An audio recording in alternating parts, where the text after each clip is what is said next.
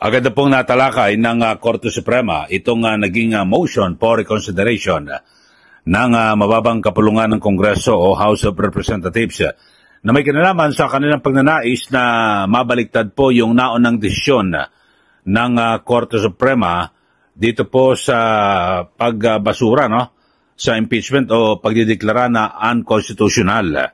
At base po sa naging pahayag ng Korte Suprema ngayong August 5, 2025, ay ito'y agad na inuutos. Ito, unbank ko ito yung naging pahayag ng Supreme Court na kung saan ay inaatasan. Ito pong si VP Sara Duterte at ang kanyang mga abogado at maging itong si Attorney Israelito Torion na sumagot. Sila po ay required na sumagot, itong sinabi Sara at Atty. Torion, ng dito ho sa naging motion for reconsideration ng House of Representatives. At ang sabi ho ay itong motion ay kinakailangang sagutin sa loob po ng 10 days o 10 araw mula po sa notice. So kung ngayon ay August 5, so September 5, mga kababayan, kinakailangang sagutin ng kampo ni VP Sara at naging po si Attorney Israelito Torion. So dito ho mga kababayan ay binanggit din po ng Supreme Court na ang motion for reconsideration na inihain ng mababang kapulungan ng Kongreso ay kanilang agad na titingnan basta maisumite sa loob po ng 10 araw. Non-extendable. So hindi ho pwedeng ipagpaliban o palawigin pa yung kautusan. At dito ho mga kababayan ay lumilitaw na wala pong inilabas na motion for reconsideration ang Korte Suprema sa naging MR ng House of Representatives. Ibig sabihin, mga kababayan, ay tuloy-tuloy na ho yung gagawin ding pagdinig at ng botohan, debate ng mga senador para ibasura o hindi itong impeachment laban po kay VP Sara Duterte. Kasi yun po inaantay At di ba marami hong miling na sana ay wag na munang talakayin o pagbotohan ng mga senador at antayin daw muna yung magiging sagot ng Korte Suprema sa motion for reconsideration ng House of Representatives. Pero wala na, hindi na kasi nagpapapigil din ang Senado at ngayon naglabas na rin po ng pahayag ang Supreme Court na binibigyan lang po ng 10 araw ang kampo ni VP Sara Duterte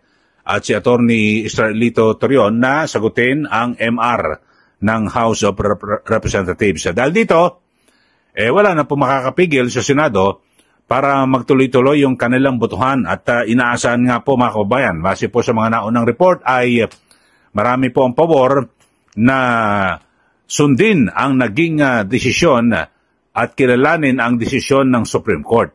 Ito, may binabagit po itong si Senate Majority Leader Joel Villanueva na kung saan ay yung sabi niya ay wala na ho, tuloy na ho. At siya nga po ay nakapaghanda na rin dito ho sa gagawing debate at mag-uukit po ng kasaysayan dito po sa ating bansa na may kinalaman sa issue po ng impeachment. At yun ho, tuloy-tuloy na ho mga kababayan na ikukun ng sesyon at hindi na rin po kailangan na i-convene yung impeachment court para sa paglilitis ni VP Sara Duterte. Pakinggan ho natin si Senate Majority Leader, ito hong si Joel Villanueva. You know, I have to be honest with you, and I admitted this during the caucus. Parang twice or thrice nagpalit yung aking posisyon sapagkat may nakita ko, for example, when the decision of Supreme Court came out, hindi ko pa nabasang buo so may decision na ako kaagad na nasa isip, and then when I read the 97 pages decision, especially yung sa jurisdiction, executory, immediately executed dapat, and executory itong decision ng Korte Suprema. Nagbago na naman.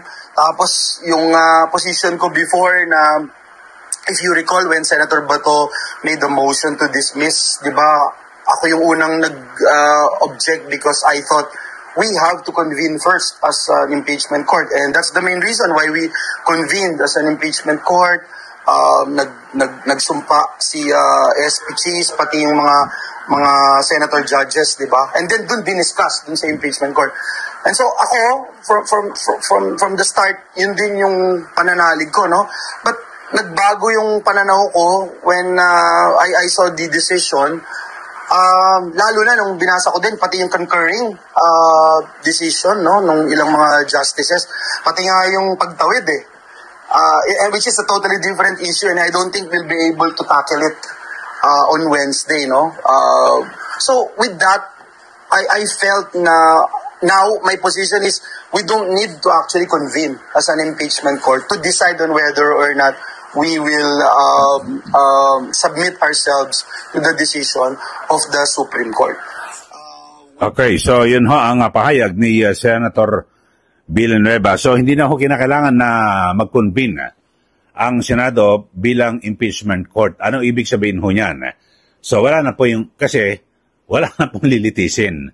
Wala na pong mangyayari na impeachment trial. At sabi ho niya, ay base sa kanyang mga pahiwatig, bagamat ay niya pang sabihin na 100% na siya ay boboto para sundin ng Supreme Court, ay inilatag niya ho, di ba? Nabasa niya ho, pati yung concurring opinion, kasi unanimous po ang desisyon ng Supreme Court. So, wala na po itong kawala. At kasi ang inaantay ho natin baka maglabas po ng TRO, o status quo ante-order ang Korte Suprema. Kasi yun po ang hinihiling ng kampo po ng tumututol na wag hong ituloy ang impeachment para mapigilan po yung botohan ng Senado. Pero wala na ho.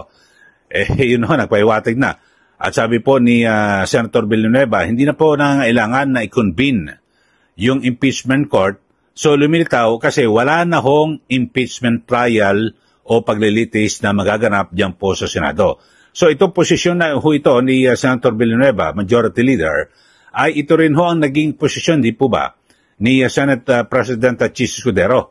Tapos ay no isang araw ay nagpa-press con din ito pong si Senator Win Gatchalian at kanyang binabanggit na bagamat sinabi niya, hindi niya pa direkta na sinasabi pero nagpahiwatig siya na ang sabi niya, dapat sundin natin ang desisyon ng Korte Suprema. So yun po, ano ibig sabihin nun? So mukhang talagang todas na po ang impeachment dyan po sa Senado. Wala na ho. At bagamat sa ngayon, di ba, may mga naunang inilabas na resolution sa pangunguna ni Senator Kiko Pangilinan. Pero 4 lang ho silang pumirma.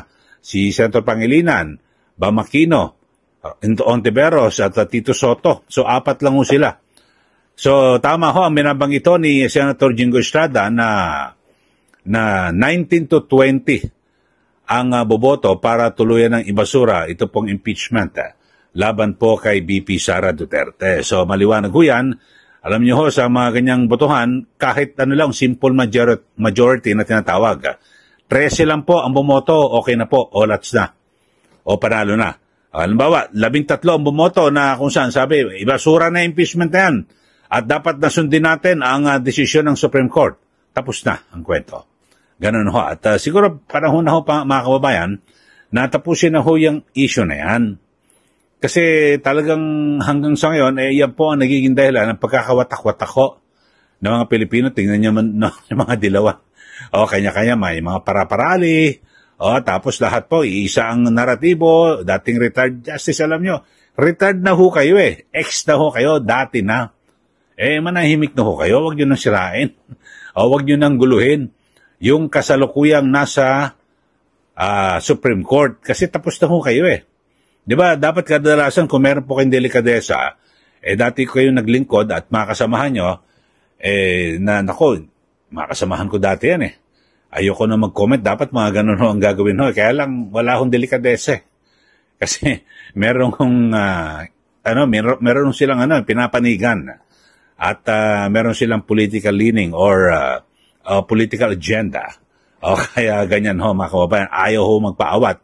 Nitong pag nakita mo, marinig mo, retired Justice Carpio, itong retired Justice Ascuna, tapos yung mga sila Attorney Mel Santamaria,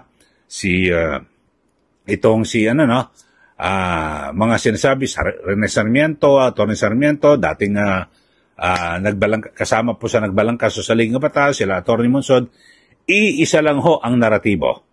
Mali raw ang Supreme Court. Pero malabong magkamali ang Supreme Court. Bakit ho? Unanimous ho eh. Ako, yun aking paniniwala. Pero kung may tumutol man lang ho, kasi kung 13 ho sila, kahit na tumutol ho yung 6. So 7-6, dako dikit. Yun medyo magdududa ka. Naku, mukhang mali Supreme Court. Kasi ang daming, bumoto ng hindi pabor. Kung 7-6 ho ang boto, pwede pa ho ako maniwala eh. Pero wala ho. Alagang unanimous eh. Ultimong yung bagong ini-appoint ni Pangulong Marcos Jr., sumama ron sa mayorya. Unanimous ho. Lahat ho sila bumoto na sabi unconstitutional ito hong impeachment case laban po kay BP Sara Duterte. Yun lang ho. So, abangan ho natin kung ano ang ito, formalidad na lang ho yan mga kababayan dahil sa may mga pahayag na yung mga senador, mayorya, na talagang kanilang pong susundin ang desisyon ng Korte Suprema. Dapat lang naman ho, sundin natin. Final arbiter. Yan po yung kataas-taasang hukuman. Nag-i-interpret po sa lahat po ng probisyon sa ating saligang batas na mga kaso at yan po iniatang sa kanila ng ating saligang batas na sila po ang tanging may kapangyarihan para po sa judicial review. Yan lang ho. Kung di ho natin nirespeto yan, magkakagulo ang Pilipinas. Di po ba? Okay, sa mga bago lang po sa ating channel, subscribe na po kayo. Huwag nyo rin pong kalimutan na i-like at i-share. Maraming salamat. Muli, ito po si Kaeli. Magandang araw po sa ating lahat.